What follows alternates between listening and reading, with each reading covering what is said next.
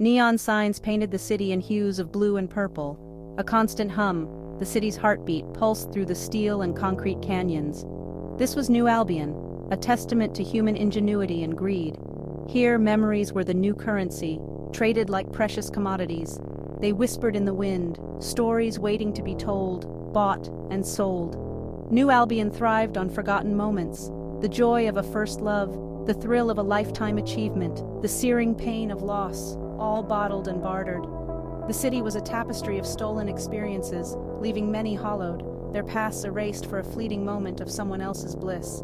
The air itself seemed heavy with the weight of forgotten lives. But not everyone succumbed to this trade.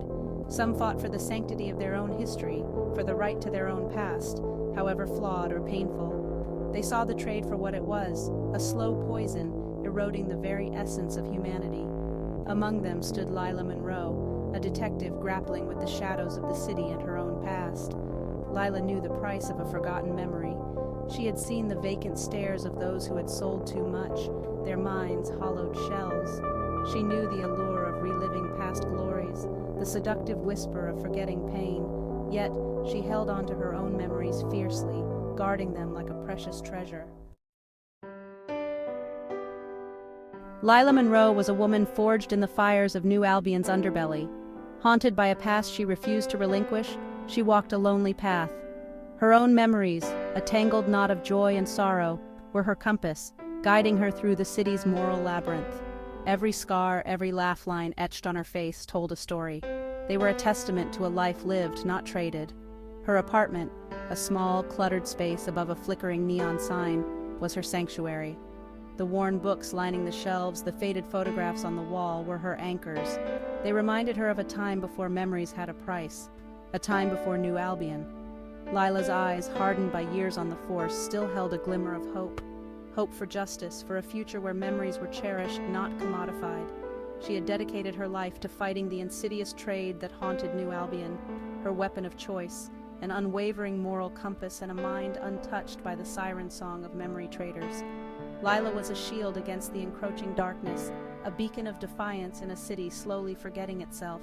She was a guardian of memories, her own and those she swore to protect. In a world where the past was bought and sold, she was a keeper of forgotten truths. The vault. A monument to avarice and despair, it stood as a gleaming obelisk, piercing the smog-choked sky. Within its impenetrable walls, memories flowed like wine, traded for power and wealth. It was the epicenter of the trade, a place where the rich indulged their desires and the desperate sold their pasts for a fleeting moment of oblivion. Operated by a shadowy organization known as the Consortium, the vault was a fortress of secrets, its inner workings a mystery to most. Rumors whispered of advanced technology, of machines capable of extracting memories and weaving them into tangible experiences. The Consortium controlled it all, their grip on New Albion tightening with each transaction. Inside the vault's sterile halls, memories were categorized, cataloged, and stored. Rows upon rows of glowing orbs, each containing a fragment of someone's past, lined the walls. Joy, sorrow, love, loss, all bottled and categorized, awaiting their buyers. The air hummed with a low, constant energy, the combined weight of 1,000 lives lived and forgotten. Lila had seen the aftermath of the vault's work, the vacant stares, the shuffling gait of those who had traded too much. They were ghosts haunting the city, their pasts sold to fuel someone else's fleeting pleasure. The vault was a cancer, she thought, slowly consuming New Albion from within, and she, the scalpel, poised to excise it. The flickering neon sign outside her window cast long shadows across Lila's face. Tonight she was a shadow herself, cloaked in darkness, her footsteps silent on the cold pavement. Her target, the vault. Her mission to dismantle it from the inside.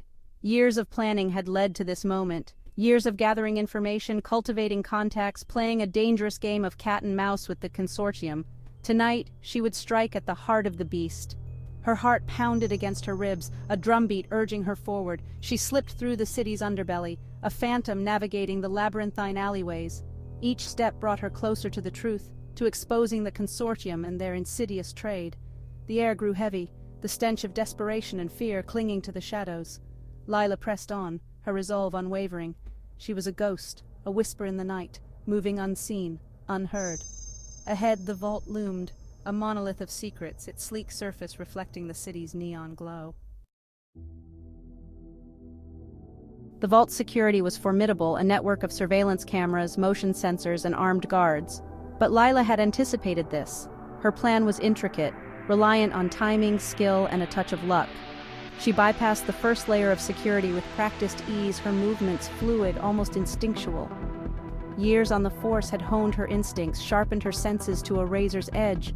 She was a predator, and the vault, her prey, deeper she ventured, into the belly of the beast.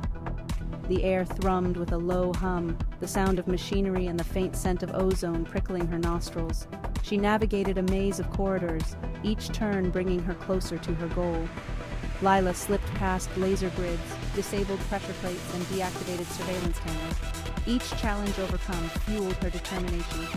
The vault, for all its impenetrable facade, was no match for her unwavering resolve. Finally, Lila reached her destination, the central control room. It was a symphony of light and sound, banks of monitors displaying a tapestry of stolen memories. The air crackled with energy, the weight of 1,000 lives heavy in the air. Behind a wall of reinforced glass sat a lone figure, their back to her.